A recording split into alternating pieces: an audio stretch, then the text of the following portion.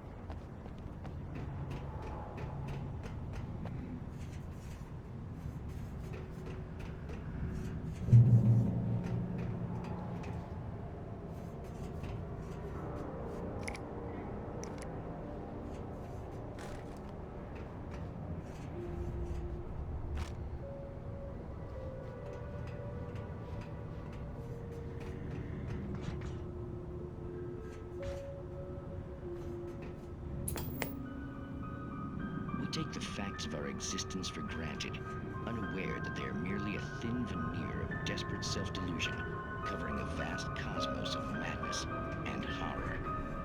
All too often, the stars are right. In Night Springs.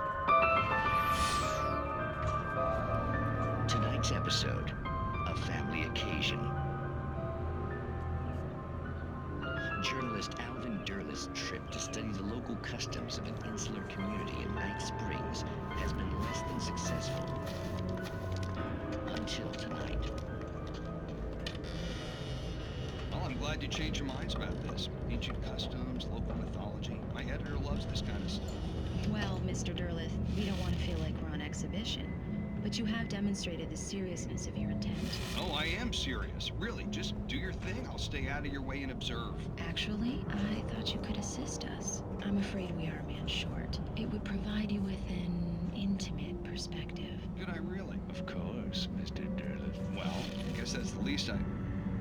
What would I have to do? Oh, here. Let me show you with a kiss. What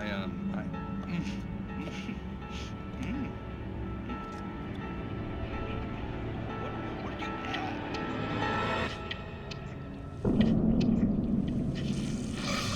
Oh, Mr. Derleth, you have well pleased Nixie Burka, the dweller in flesh. Your body shall host his thousand young. And shall be glory.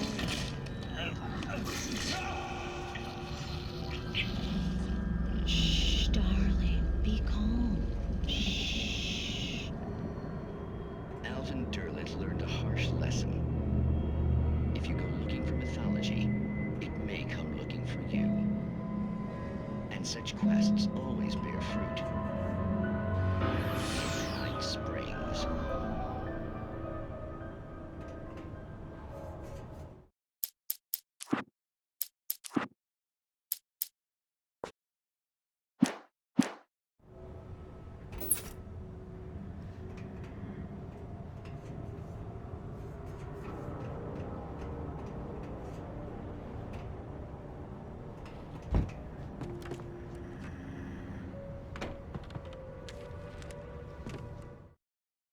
The darkness surged towards me, sucking everything loose from the ground into its depths, tugging at my clothes. I saw the flare the kidnapper had dropped and threw myself towards it just as I felt my feet leave the ground. The darkness embraced me with the force of a tornado. Somehow I managed to light the flare. The darkness roared and cast me away. I fell toward the dark waters of the lake far below.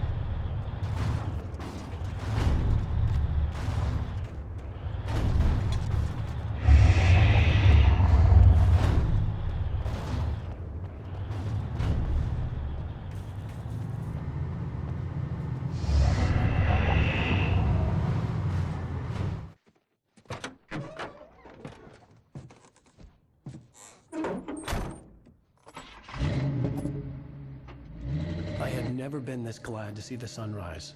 I had a couple of hours to get to the coal mine.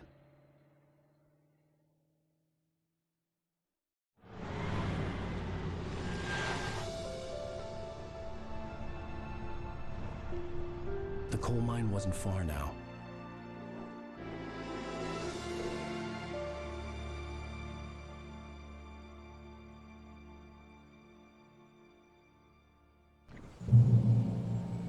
Today, I would meet the kidnapper, and he would give me Alice. I wouldn't give him any other choice. A drowning man will clutch at a straw.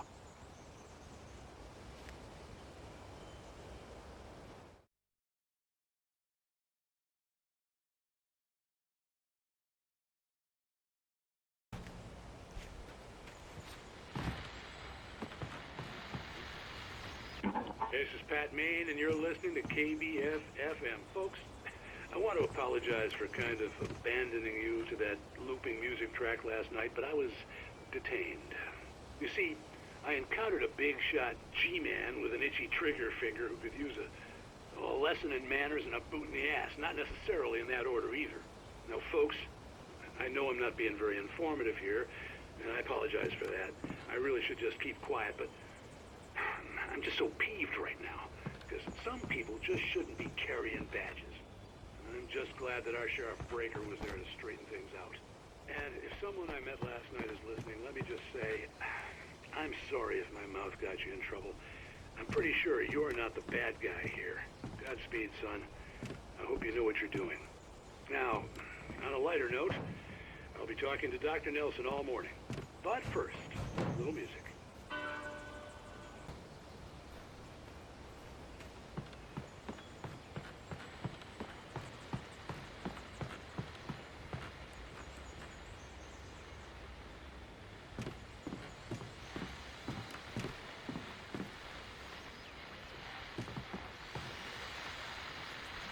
Welcome back to KBF-FM.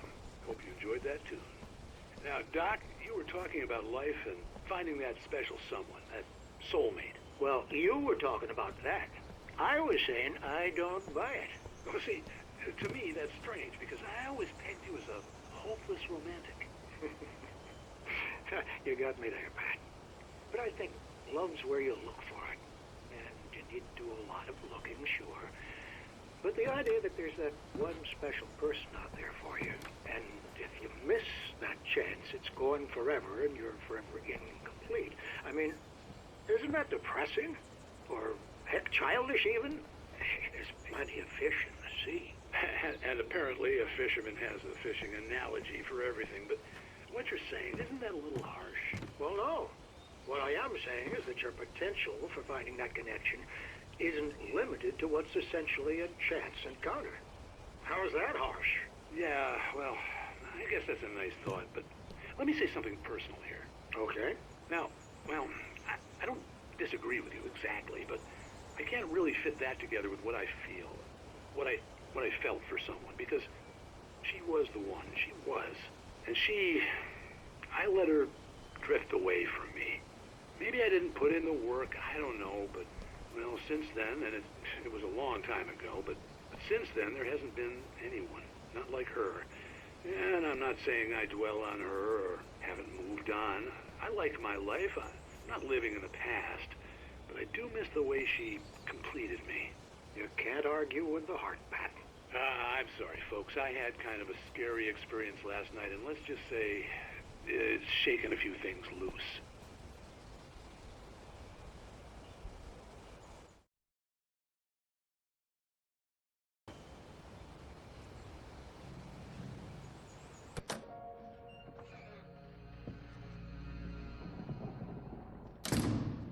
I didn't want to go outside.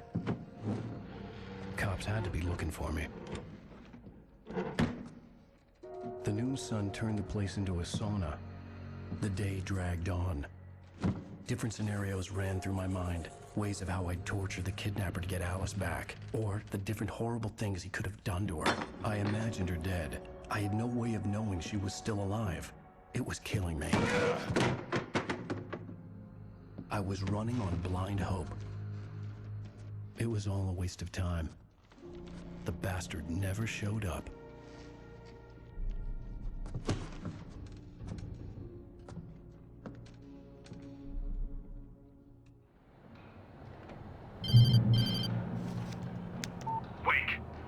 hell are you? Change of plans.